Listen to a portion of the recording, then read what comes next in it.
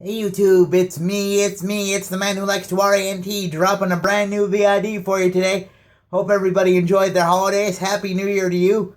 I wanted my first video to be the beginnings of a Rumble retrospective with my buddy Mr. Rodriguez, but this week afforded me way too good of an opportunity to talk about something that I've wanted to talk about since I decided to start making YouTube videos. I want to talk about Impact Wrestling, formerly known as TNA. Now you may say, Ranter, this product's existed for a while, and you've had access to it. Well, no, I haven't, because when it was on Destination America, I did not have the capability of which to view it. There's going to be a lot of negativity in this video, but because I'm a fair man and I do consider myself a wrestling fan, I will also try to touch on the brief number of positives that also exist in this company. Let me see. Where to begin? Oh, yeah. So they got their new home after Destination America kicked them off because Dixie Carter was an idiot and sent an email that was disparaging the network executives, calling them idiots. So no wonder Destination America wanted to kick TNA off after all this. But they got a new home on Pop. For those of you who don't know what Pop is, it used to be the TV Guide channel.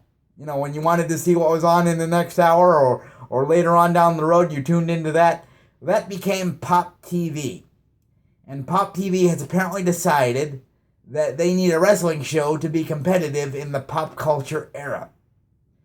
And of course, since TNA was looking for a home, I guess it seemed like a hand-in-glove fit. Well, they had their premiere episode, which was supposed to be live on Pop. I have a problem with that statement right off the bat because for the whole episode, you could see up in the corner, they had a giant previously recorded sticker. And the reason they did that is because when TNA's contract was just about out of Destination America, they recorded months upon months worth of television, which they kept in the can for the hopes of finding a new home to air all those episodes on their future network. So this was the first one of those. So it wasn't live, big surprise, but you know what? I guess SmackDown technically isn't live either, so I can give them a pass on that one. I will say the roster that TNA has is composed of some decent guys, like Lashley, and to a certain extent, I'll even give Ethan Carter III, who's their current champion, a little bit of a rub, because he does have charisma, he does have an extent of wrestling ability. It's not polished, he's got a long way to go, but he hadn't been at this very long, and he's pretty good for where he's at this stage of his career. However, one of the biggest things that has plagued TNA ever since their owner, Dixie Carter, came into power is as I watched this show for an hour and 40 minutes of actual in-ring and wrestling-related time that it was on, not counting commercials. It is one of the most disorganized hot messes that I have ever seen. I mean, they jump from one thing to another without much of a lead-in. There's stories that they want to go one way and then they end up going another. Kurt Angle committed one of the biggest no-nos. Yeah, he's with that company, in case you're wondering what he did after he left WWE. And when I say he did one of the biggest no-nos is apparently he's getting ready to retire, so he's on to this farewell tour. And he's mentioning all the people that he's fought over the course of his career. Big names. Austin, Taker, Rock, and the list goes on and on and on. And that would be fine to do if, in fact, he had fought them in a TNA ring. One of the standards that have come in this business is when you go somewhere else, a new promotion, everything you did in a previous promotion pretty much goes away because you're supposed to push the promotion you're in now as being the best wrestling on the planet. I don't know if TNA is doing this as a kind of breaking the fourth wall gesture because people know that this federation is almost doomed to failure. So that's why they can get away with it. I don't know. Their roster has been scavenged pretty much because they had James Storm on that episode, but as you all know, James Storm is currently working in NXT for WWE, and that contract is the one that's valid. Now, for some reason, Dixie Carter thinks that James Storm will be coming back after his WWE contract is over, but I have a suspicion that the amount of money that James is actually getting paid over in NXT, and getting paid on time, by the way, that's another problem with TNA talent. They will get paid, but their checks will often be late. Mr. Storm may be wishing to stay right where he is in WWE. Plus, he seems pretty well respected. Anyway, to the meat and potatoes of the show. They had this championship series because there was an injunction because at Bound for Glory, which happened several months ago, Matt Hardy beat Ethan Carter III for his world title, and since there was some... Carter thought it was unfair because he trained for one opponent and they ended up fighting like a triple threat, so he filed an injunction to get this series started. So we had... Who did we have?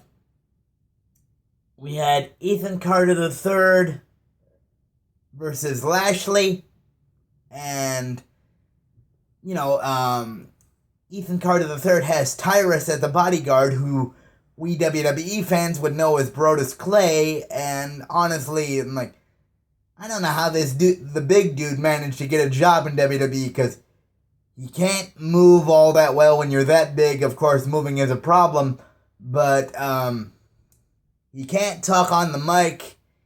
He's a fairly passable bodyguard. I guess he's doing his best, roadkill impression with the beard he has. I mean, he has a beard kind of like mine, but he has like let it grow down to here, and it just is it isn't flattering on him. It isn't clearly as good as what my beard is right here.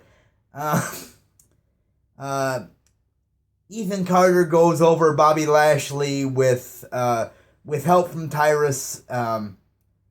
I like Lashley, okay? Lashley's a decent talent, good worker, very strong.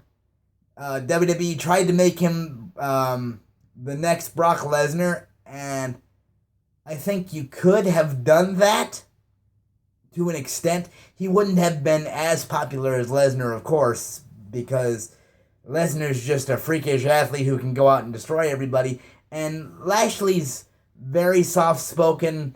He can get mad, but it doesn't happen often enough for him to be a viable beast in WWE's opinion, but it works for Impact Wrestling because they have him focus strictly on in-ring work as opposed to mic work. So I really believe Lashley is better than Ethan Carter III, but since he's the former champion who's struggling for his title and through underhand chicanery, Ethan Carter III goes over Lashley. In the other match, we had Matt Hardy versus Eric Young. Oh boy, I'm torn on Eric Young because I like when he wrestles seriously because he is a decent worker, and he does try.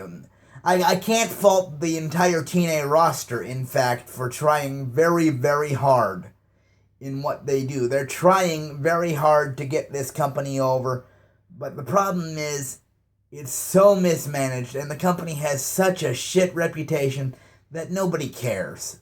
Even hardcore fans like myself. And let me be clear before I go into the rest of the negatives about the show.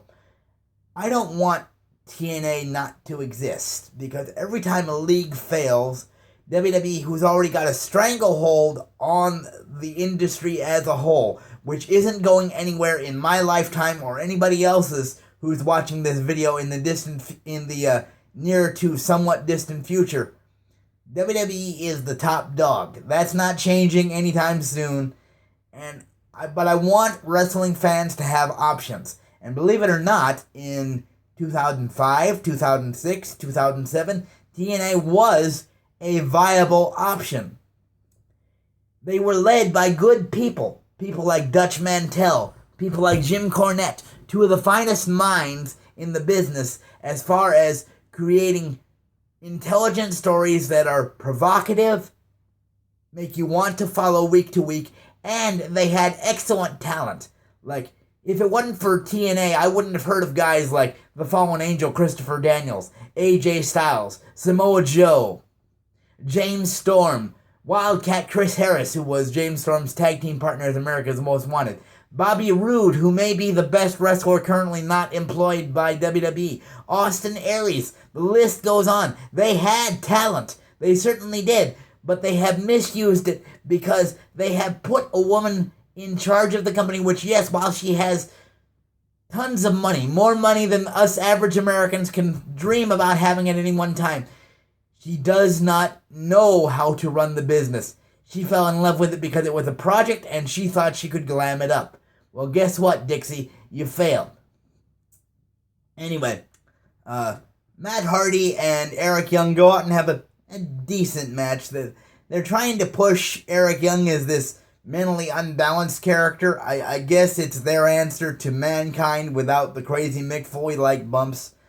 It doesn't work, but you've had Eric Young do so many things over the course of the 15-year history that TNA has had to exist. And most of it has been in a comedic role, so that it's very hard now to take this character seriously when you do put him in some sort of main position as a heel or a face. If he just focuses on straight up wrestling, he's actually pretty good. And I would have loved to have seen, for the record, Ethan Carter versus Eric Young, but that would be a heel-heel dynamic, and that just doesn't work in the modern business. You gotta have that face. So Matt Hardy goes over, and then we cut back to Kurt Angle, who says on the main event of next week he's gonna face Drew Galloway, who was formerly known as Drew McIntyre in WWE. I am excited to see those two work, because Drew McIntyre, in my opinion, was the last legitimate, true definition of what the Intercontinental Champion was supposed to be before his downward spiral in WWE, where he bought into his own hype of being the chosen one. So I'm excited to see that match, but I'm disappointed because not a lot of people are going to get to see it. We jump all over the place, and then this, not Nathan Drake, Ian Drake or whatever it is. I'll get his name right later, but Mr. Drake comes out, and if you haven't heard of him, don't worry, because until I watch this, I hadn't either. And it's apparent that he's trying very, very, very hard to channel a young Dwayne Johnson. He's trying very hard to be The Rock when he first got The Rock moniker and began to push his character as a bad guy. Unlike when The Rock did it and I was captivated, this time I was just annoyed because it was forced. It didn't flow naturally. He's just being loud for the sake of being loud. That doesn't work when you cut promos, all you young wrestlers out there. You need to be concise and to the point. And if you need to raise your voice, do it to put emphasis, not to try to draw attention to yourself. But do it because you're emphasizing a point. You want to kick the guy's ass, then you scream at him to tell him about it. That's why that's here. Oh, God. Oh, yeah. I got to talk about the knockouts for a second, because we had the Beautiful People, which is supposed to be Madison Rayne, Velvet Sky, and Angelina Love, but Angelina can't compete because she's currently 7 months pregnant, so they went and got Gail Kim, who is the one one of the few decent TNA knockouts that actually exist, because she is a talented wrestler. She worked in WWE for a while, but she worked at a time when Bischoff was in charge, and I think she just had enough of his crap, so she left. So she's made a name for herself here, and I'm happy to see that, but this match, they took on the Dollhouse, which, if I sound like I don't know who most of these people are, it's I don't, because I haven't had much of a chance to get exposed to this brand of wrestling, because, as I mentioned before, I did not have their previous channel, Destination America, to be able to watch them. So this has really fallen off my radar, but I'm hoping now that it's on a channel that I do get, I'll be able to re-immerse myself and come at you much more educated in the future. Match ends, good guys win, but then here comes Awesome Kong, aka Karma. I guess she had been playing babyface since she came back to TNA, but now they've decided to put her into her more natural role as a heel. And since I didn't know much about the Dollhouse, which are the people who lost the match, I don't know if I mentioned that, but if I did, I just repeated myself. If she's with these people, I don't understand why. Hopefully there'll be clarification in the next couple weeks. I don't know. Then we come to the finals of the Championship Scramble. Matt Hardy versus EC3, which they made a one-on-one match because when Jeff Hardy came out with Matt, he said, I believe in my brother enough to let him wrestle on his own. He challenged Tyrus to do the same, and you would think a heel would want to stay, but Tyrus just left. I will say this was a decent match, and to their credit, these guys put out excuse me, put together an all-out effort for the world title, which is what you're supposed to do. There is a slight problem, however. One of the last wrestling publications that are still out there, which is Pro Wrestling Magazine, has openly declared that they do not recognize the TNA World title as a legitimate wrestling championship. You know what that means, Dixie? It means you're being outperformed by Lucha Underground. And while I do respect people of the luchador style, let's just face it, it's not a style that's widely embraced here in America. But they recognize Lucha Underground's championship, but not yours. That should tell you with giant red flags that you're doing something wrong with your company. EC3 goes over after hitting his 1%er off the top rope, which is better known as Dean Ambrose's original Dirty Deeds, where he took him by the head in a headlock and drove the head into the mat. That's Ethan Carter's the third finishing maneuver, and that is why Dean had to change his move. I know I complimented Ethan Carter the third, and he has come a long way in the short time that he's been a main fixture of the company. But TNA, if you are legitimately thinking of pushing this man as your world champion, well then I'm afraid you're in a giant spot of